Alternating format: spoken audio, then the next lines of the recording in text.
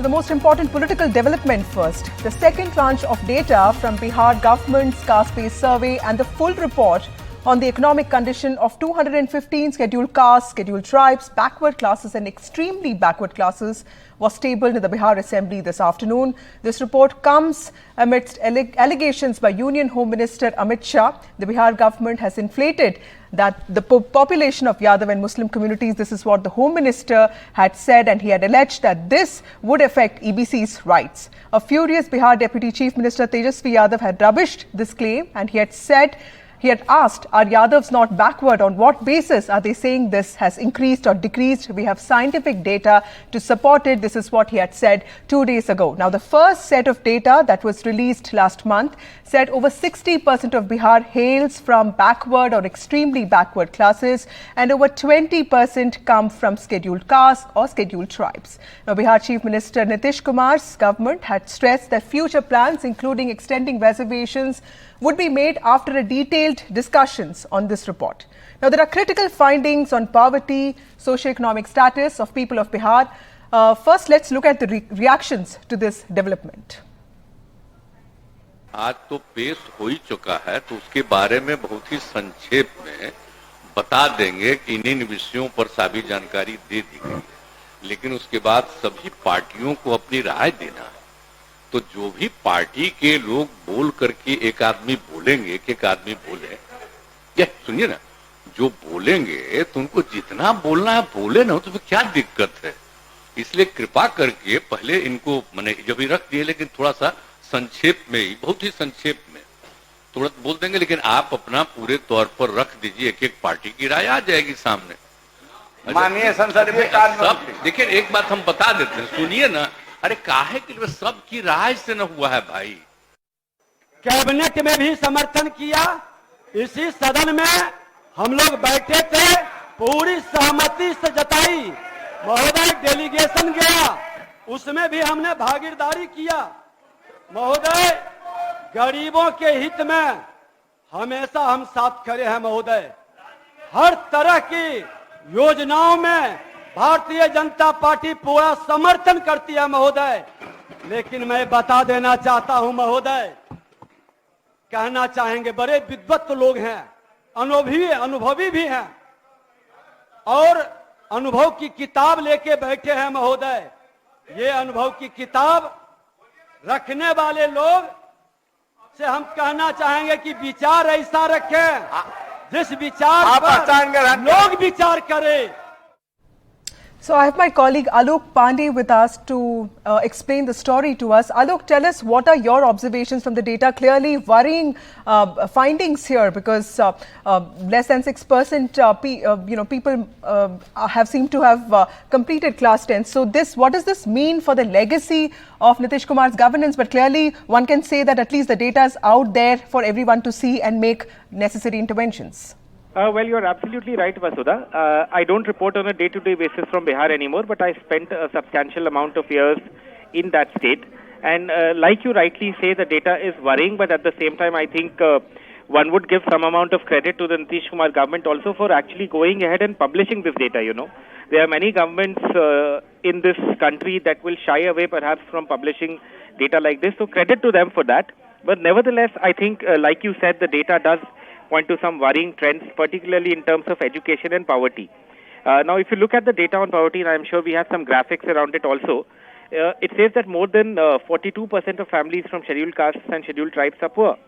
And over 33% of those from backward and extremely backward classes are also poor.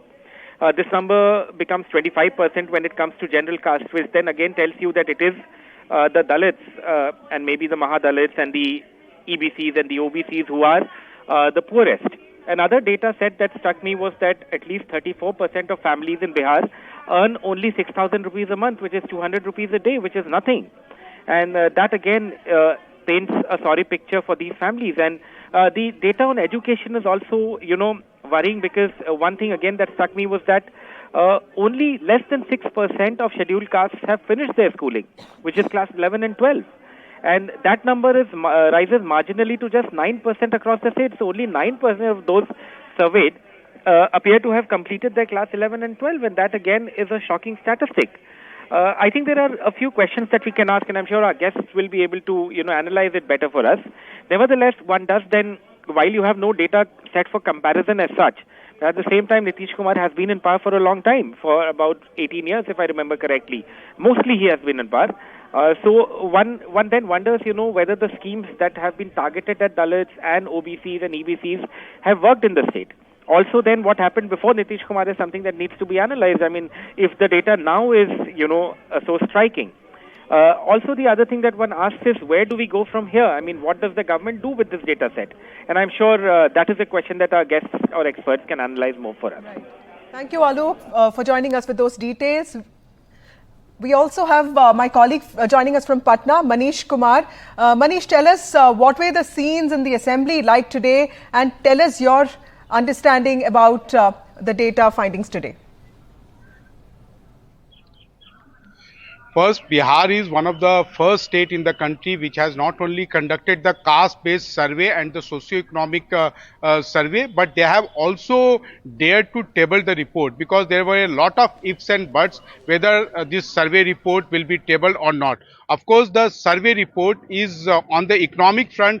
It is really very starking. It is very, Bihar presents a very dismal picture, and it is a very comprehensive report. So obviously somewhere, Bihar government will claim that, based on this economic survey report, socio-economic data report, they deserve to be given the special status demand. Otherwise, they will really take, several decades to catch up with the national average. Of course, at the same time, during the, discussion, the Parliamentary Affairs Minister of Bihar, Mr. Vijay Chaudhary, claimed that on the other front, like on the literacy front, there is lot of improvement. That is thanks to the initiative taken by Nitish Kumar government to, empower the girl child, and that is why on the literacy front, there are more literates among the women than the, male segment.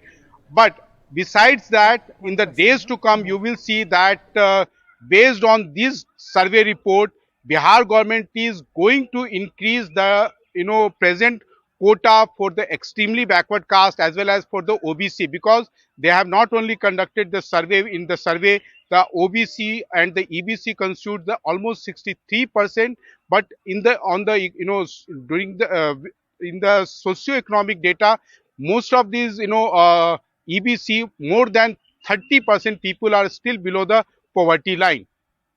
Right. Vasudha. Manish, tell us what is the government plan on doing, with this data? Is any specific kind of intervention that's being planned?